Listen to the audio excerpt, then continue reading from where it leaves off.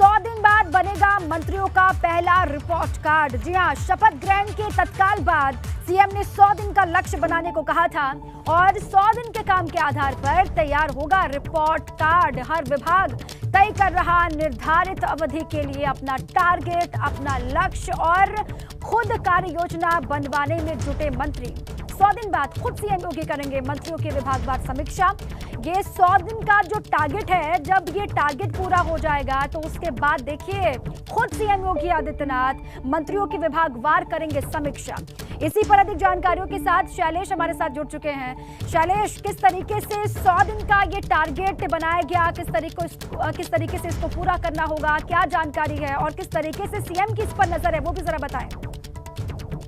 देखिए, जैसे ही योगी आदित्यनाथ ने मुख्यमंत्री पद की शपथ ली, शपथ ग्रहण के बाद अगले ही दिन हमने देखा कि उन्होंने अधिकारियों के साथ पहले एक बैठक की थी। उससे पहले हालांकि मंत्रियों के साथ भी एक बैठक हुई थी, लेकिन जो अधिकारियों की बैठक हुई वहां मुख्य रूप से कहा कि सभी विभाग अपना 100 दिन, 6 महीने, 1 साल, 2 साल करते हुए 5 साल तक का एक लक्ष्य तय करेंगे, उसका प्रेजेंटेशन बनाएंगे और वो आधे घंटे का प्रेजेंटेशन मुख्यमंत्री के सामने दिया जाएगा। इसके बाद सभी मंत्रियों को भी विभाग बंट गए और उनको भी ये मैसेज कन्वे कर दिया गया कि सभी लोग इसी के आधार पर अपने विभाग का काम आगे बढ़ाएंगे। और अब मुख्यमंत्री जो है 100 दिन के बाद इन कामों की समीक्षा करेंगे, क्योंकि जो पहला लक्ष्य है वो है 100 दिन का, यानी 100 दिन में कितने काम करने के लिए। खास तौर से जो संकल्प पत्र में देखिए चीजें दी गई है विभागवार, जिन विभागों की सबसे ज्यादा जिम्मेदारी, ये सबसे ज्यादा उनके ऊपर निगाह होगी कि इन 100 दिनों में संकल्प पत्र की बातों को कितना पूरा किया। इसके अलावा अगर बात करें तो 100 दिन में जो विभाग दिया गया, मान लीजिए स्वास्थ्य विभाग है, पीडब्ल्यूडी है, शिक्षा है, तो उसमें क्या लक्ष्य तय किए गए थे और वो लक्ष्य किस हद तक पूरे किए जा सके हैं,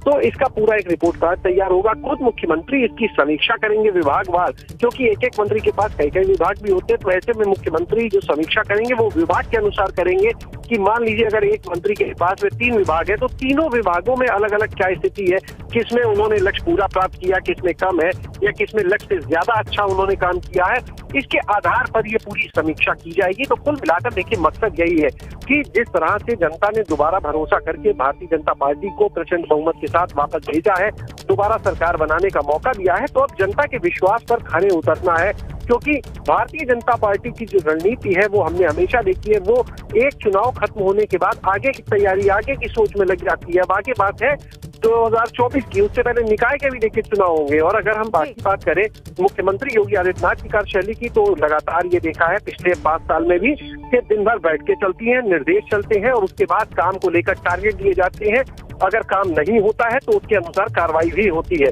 तो इस बार जब दोबारा मुख्यमंत्री योगी आदित्यनाथ आए हैं तो उनका रुख और भी ज्यादा कड़ा नजर आ रहा है कि जब जनता ने दोबारा भेजा है तो उन उम्मीदों पर खरे उतरना है और इसी के लिए ये पूरी मॉनिटरिंग होगी। और देखिए गृह विभाग अपनी, जिस तरह से हमने कल रात में देखा कि गृह विभाग जो अपना प्रेजेंटेशन सामने ला चुका है, बाकी जो विभाग है वो भी अब एक एक करके अपना प्रेजेंटेशन बना रहे हैं। मंत्रियों ने जिन्होंने चार्ज लिया है आते ही अधिकारियों के साथ बैठक की, अधिकारियों के साथ बैठक करके अपने विभागों के लिए 100 दिन का प्लान बनाने के लिए सबसे पहले कहा है कि सबसे पहला कम प्राथमिकता पर 100 दिन का पूरा एक मास्टर प्लान तैयार करें कि कैसे विभाग में काम होगा। और आगे भी कई परीक्षाओं को पास करना है और इसलिए हर एक लक्ष्य को छूना और उसको पूरा करना बहुत जरूरी है सभी मंत्रियों के लिए और खुद सरकार के लिए।